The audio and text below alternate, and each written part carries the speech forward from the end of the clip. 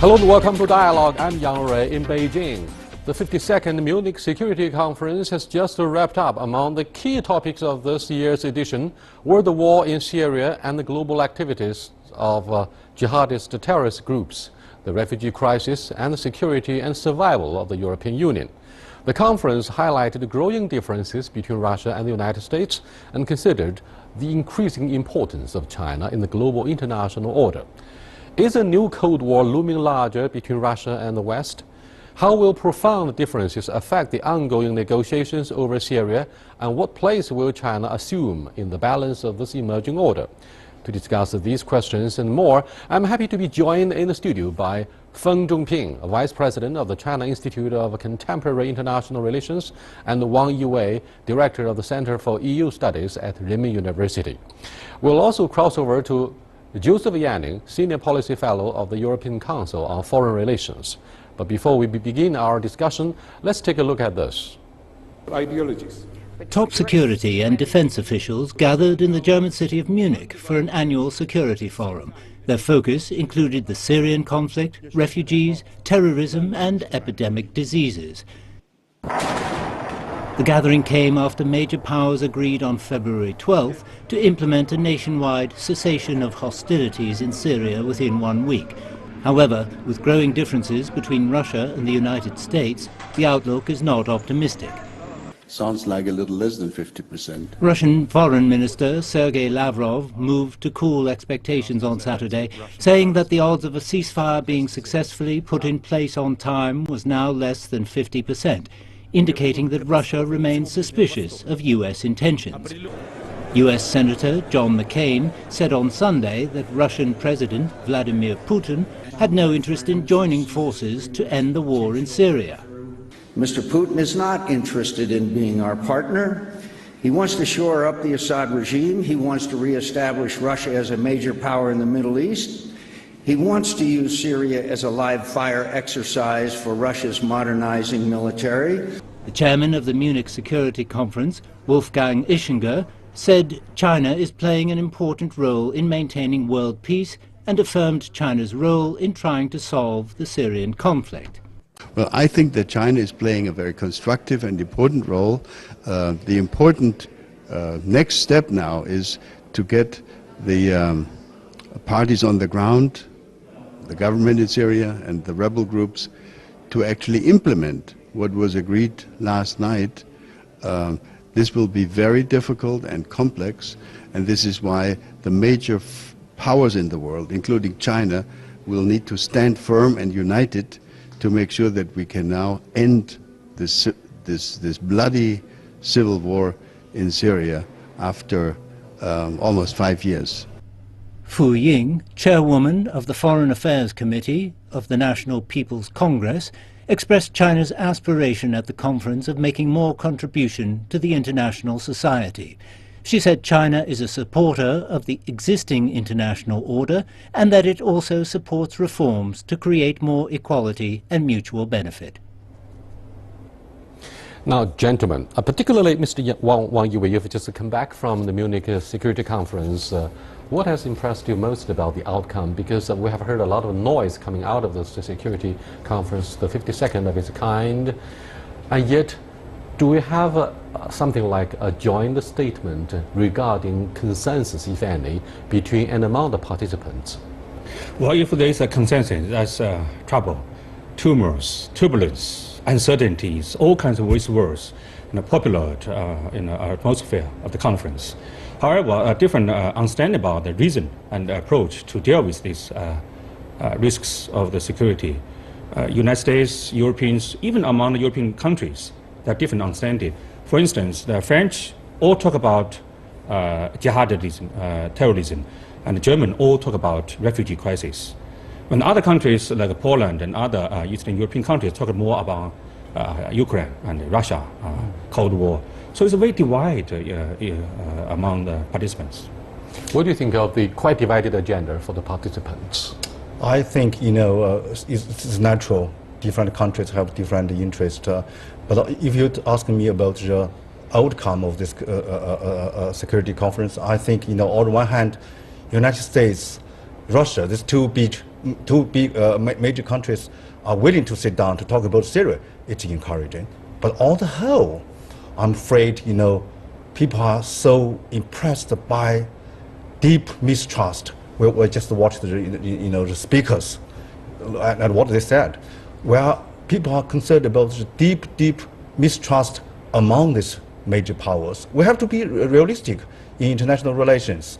Major powers are playing important roles, but from this conference, you got the impressions they are not trust at all. So that is my impression. Let me cross over to Joseph Yanning, who's standing by in Brussels to join our discussion here. Now, Joe, guest speakers here in Beijing are talking about issues that divided the participants, particularly major powers who are involved in the process of Syria and about the future of Europe, particularly in terms of whether a new Cold War is descending on continental Europe. I'd like to have your comments if you have any positive comments about the outcome of the Security Conference. What about the cohesive force that may have served to pull these countries together, or rather contrarily, all we have done is or has been counterproductive? I'd like to have your assessment of the outcome. Well, Yang Rui, the good side of all of this is that they are still talking. That there's still an interest in exchanging views and exposing one's own strategies, views, perceptions, and listening to those of the others. This year saw the largest delegation from the U.S. Senate in many, many years, which is an indication that the Americans actually believe that this is a conference, a venue that's worth going to. At the same time, we've seen that the Russians take great interest in authoritatively ascertaining their position there. So I think that's always an opportunity. On the other hand, I believe we've seen a regression towards a bit of the Cold War mentality, and I think it still takes the Europeans some time to understand that for the Russians, other than for its end, the Cold War was not such a bad thing. But it was an era in which Russia enjoyed respect, attention, enjoyed a glacis, an area around its core territory that was considered to be under its control. None of that exists today. Mr. Feng Zhongping, it comes as no surprise that the United States sent the largest delegation ever to the Security Conference in Munich. But it seems what has generated the most sensational headlines and front-page stories for this conference is the remarks by Medvedev, the Russian Prime Minister, who said that a new Cold War is descending on continental Europe. And that's perhaps why Lavrov, the Russian Foreign Minister, says there could be less 50% for the chance of having any agreement about the ceasefire in Syria. What do you think? This new Cold War theory or Cold War theory, Cold War returns is not new. Since the Ukraine crisis 2 years ago, people have already talking about, the Cold War has come back, or new Cold War. I think this is not a Cold War at all. But excuse me, let's give a clear definition to Cold War in the 21st century. It's a full confrontation between two major powers. It used to be Russia, the Soviet Union, and the United States. Or United States led the Western groups, and the Soviet Union led the Eastern groups. Are you talking about the zero-sum game between the two camps? Yes, I think. Like very much what we saw during the Cold War? Exactly. That was the Cold War, definition of the Cold War. Today, I think people say new Cold War. To a certain extent, this mistrust remains through this crisis between Moscow and Western countries, Russia, the United States, Europeans. In this sense, there is a signs of this, return of the Cold War. But today, Russians are like to sit down with the United States to talk about with each other. I agree with Yanni. And secondly, they need each other in many other places, in many other hot spots. For example, Iranian nuclear agreement. That has been agreed, reached between Russia and Western countries. Without that agreement, you would not say this issue has been settled, but this could not be imagined during the Cold War period. So my opinion is there is some discouraging, disturbing signs of the Cold War. Yes, indeed, the haunting specter of a Cold War is looming larger above continental Europe. But you put your finger on a very interesting point, the word of mistrust. Let's take issue with this catchphrase, mistrust. It seems this issue is also looming larger in the bilateral relationship between the United States and China. If you think mistrust is the most important hallmark to characterize what we call Cold War on the new horizon in the 21st century, then there should be a similar iron curtain descending on the Pacific Ocean that divides the United States and China. However, the two sides, United States and China, the biggest and the second biggest economies, agree to have rounds and rounds of strategic and economic dialogue, and President Xi Jinping was invited to Washington, to visit Washington. You know, there are so many different kinds of mechanisms to put the two major powers together, addressing issues of common concern instead of like the hostilities and issue of mistrust between Europeans and Russia, between Russians and the Americans. How do you look at the parallels, if any, between the United States and the two other permanent members of the UN Security Council, Russia and China? Well, I think, firstly, Cold War used so frequently because the West still with the views of Russia as a loser of the Cold War. So not treat Russia as equally. That's the Medvedev and Russian participant claim. We should learn the lessons from the Cold War.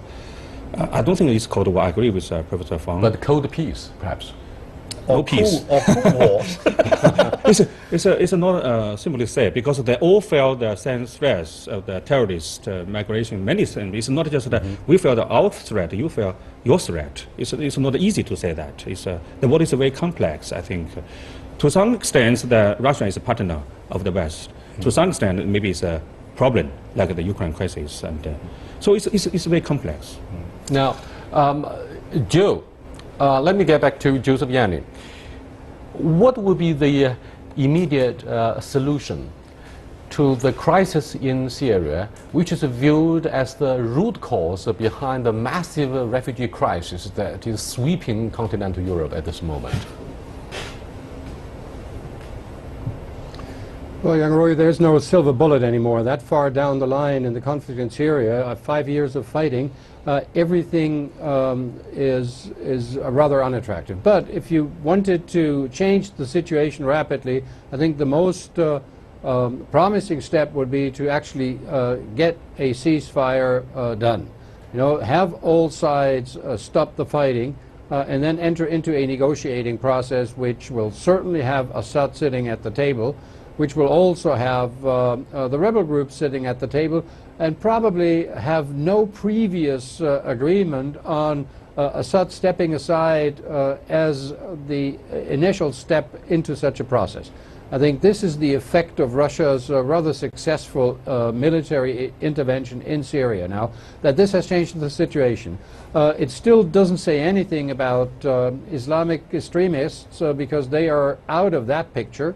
But that a negotiated solution building on a ceasefire, building on the recognition of the power realities in Syria seems to be the most promising options at this point. Joe, here is a critical issue in dispute between Russia and the United States, and also between Russia and other European countries, the future of President Assad.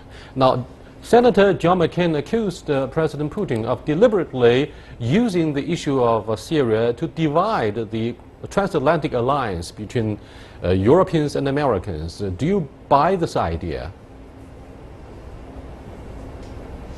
Not really. I think Putin can always capitalize on transatlantic uncertainty and a lack of a very strong strategic consensus across the Atlantic.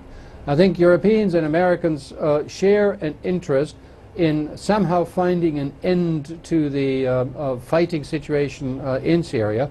And I believe that they are now realistic enough to understand that with what Russia had done in recent weeks, the Assad regime has to be part of such a process, or the process have no chance of arriving.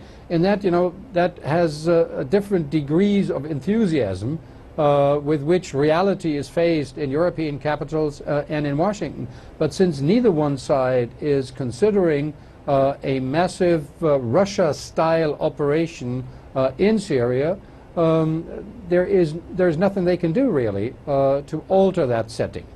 Thank you very much. You're watching Dialogue with Mr. Wang Yiwei, Mr. Feng Zhongping, and Mr. Joseph Yanning. We're discussing the quite divided spectrum of opinions regarding the outcome of the 52nd Munich Security Conference, which has just wrapped up.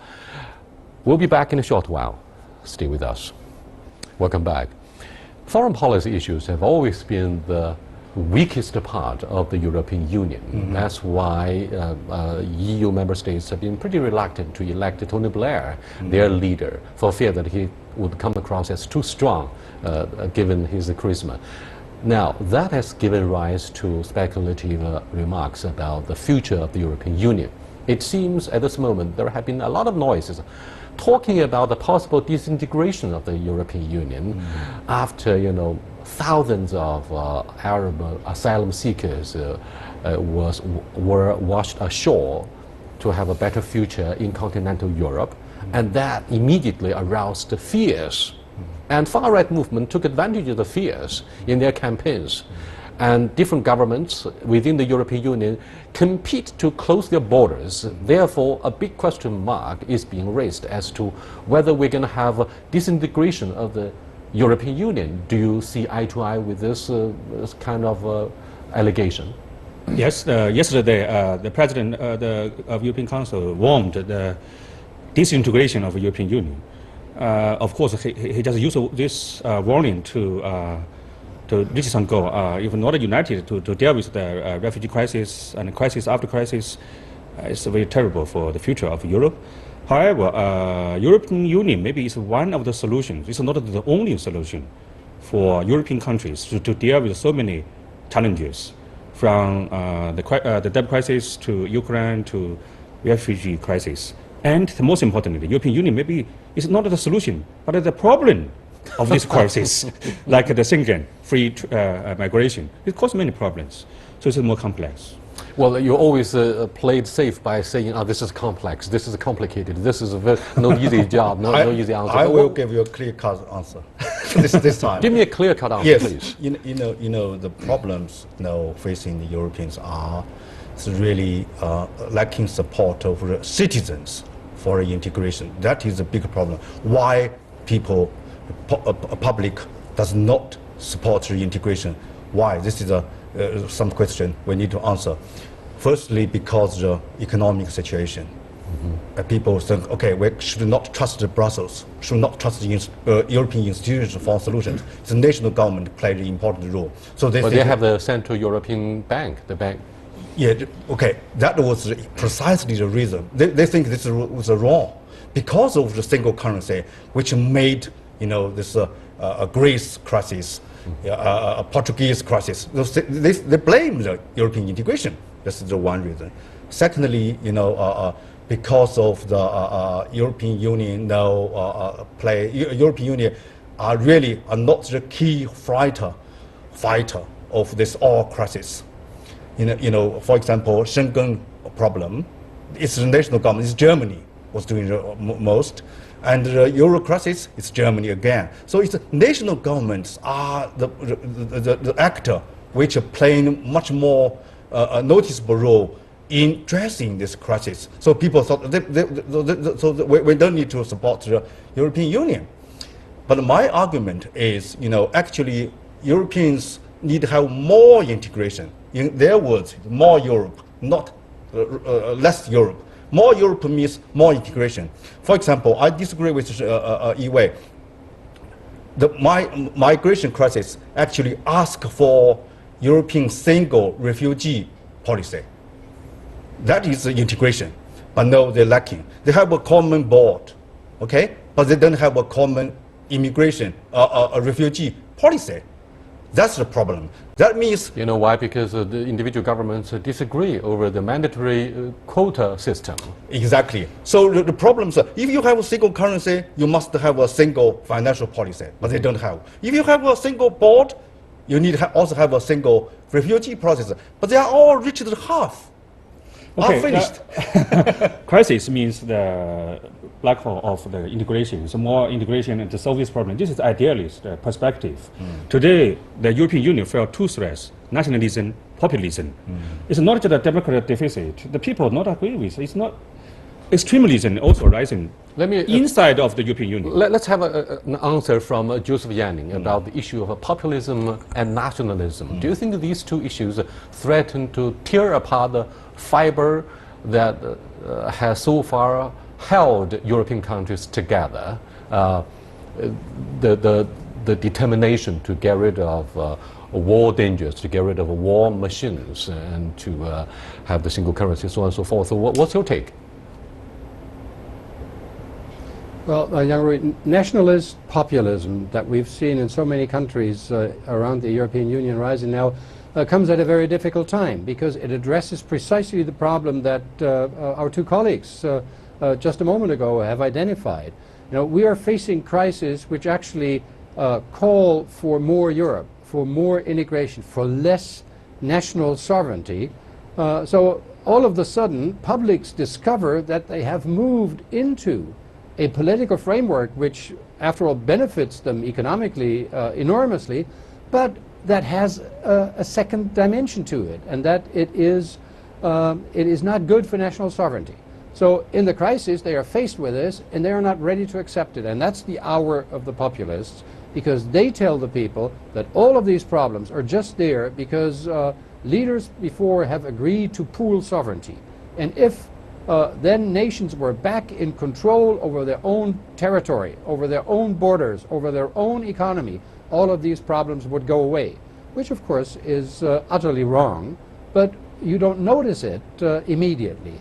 Now, so this is kind of the poison that populism brings into the political debate, and a seemingly attractive answer to the many questions which in reality is no answer at all.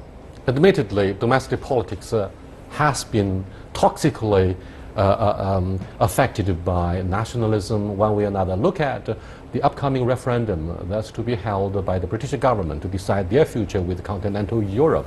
And the critical issue, I'm afraid, and the intense discussions between Britain and the rest of their EU partners will be the issue of immigration. Now, last year, the United Kingdom narrowly escaped a referendum by Scotland to say goodbye to the United Kingdom. So what do you think of the future of Britain? Of course, it's just the plan again. The United Kingdom is just use its threat of the departure from the European Union to measure preconditions for the European reform, including sovereignty, more sovereignty, the discrimination between Eurozone and non-Eurozone countries, and the competitive advantage of the different countries. So, and also migrations, because UK is more financial service of the other kind of economy, and then other European countries still manufacture and even agriculture. So that's kind of things. But is that met again? I don't think United Kingdom can leave.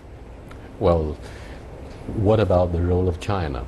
It seems coverage by the media about the role of China in finding a solution to the crisis in Syria has been pretty modest, pretty positive. And China makes friends with all partners, all major players in this volatile region of the Middle East, be it Saudi Arabia or Iran. The two countries severed their diplomatic ties recently over the issue of beheading a cleric in Saudi Arabia. So what do you think of the alleged growing influence of China, which is, however, very cautious about any possible involvement with the messy situation there? I think China's role is, people expect China to play a role is quite right, you know, as the number 2 economy in the world, you know, and also you have become more active, and you have a huge overseas interest. People expect China to play a big role. 5 years ago. Excuse me, but is China ready to play a dual role as a major economic player and as a permanent member of the UN Security Council? I think we have to get ready. But on the other hand, you know, China has different approaches in terms of this, like a Syrian crisis or other hot spots. the conflicts. What do you mean by adopting a different approach? I think China do not agree with all foreign interventions, for example, in this domestic conflicts. Are you That is suggesting one clearly principle. that we take side with the Russians? I You don't think so? We don't see eye to eye exactly with Moscow about the solution to You Syria. know, look at China's approach. I think China's approach has become much clearer nowadays. One is we support the United Nations. Okay. Secondly, we disagree with people who use their influence, especially military means, to solve this, because we saw all these negative consequences of this. So I think these two distinguished features of Chinese foreign policy becomes clear. But as I have mentioned, China wants to play a big role. That's for certain. The only problem is we need to make our different approaches more effective. That is a question. That is a test for Chinese foreign diplomacy. I think China believes development is very important for solving all this kind of religious conflicts, territorial conflicts, mistrust, all this. But it takes a long time to reach that. But guys, I'm afraid Washington must have developed a strong mixed feeling towards the formidable presence of the Chinese investment or a political cloud in the Middle East. On the one hand, China is expected to play a larger role as the second biggest economy, given our economic muscles. On the other hand, there's always the concern of geopolitical competition between the biggest and the second biggest economy, the United States and China. In the Middle East, what do you think of, say, the alleged betrayal of European allies by joining AIIB? I mean, Washington is quite unhappy about being betrayed. That's about our interests. We talk about threat, security.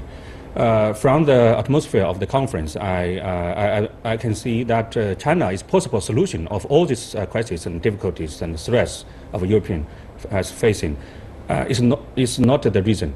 Russia is the reason, and also possible solution, but not so cooperative. So it's high expectation for China, furtherly to permanent member of the United Nations Security Council, and also contribute financially and meeting peacekeepers. And one of the interesting reasons when Ambassador Fu Yi mentioned about the economic solution of this threat, of security threat, and I also propose One Belt One Road is thinking about the deep roots of this security problem is poverty and the regional developing gap. Very interesting to hear about this. Yes, indeed. One major issue concerning the mandate of the United Nations since years of Kofi Annan is whether we should prioritize the issue of development or the issue of peace. I mean, peace was the top concern during the Cold War, but in the 21st century, development, Exactly. poverty alleviation for particularly those countries in the sub-Sahara region. Exactly. Thank you very much for your participation here. I'll see you next time. Goodbye.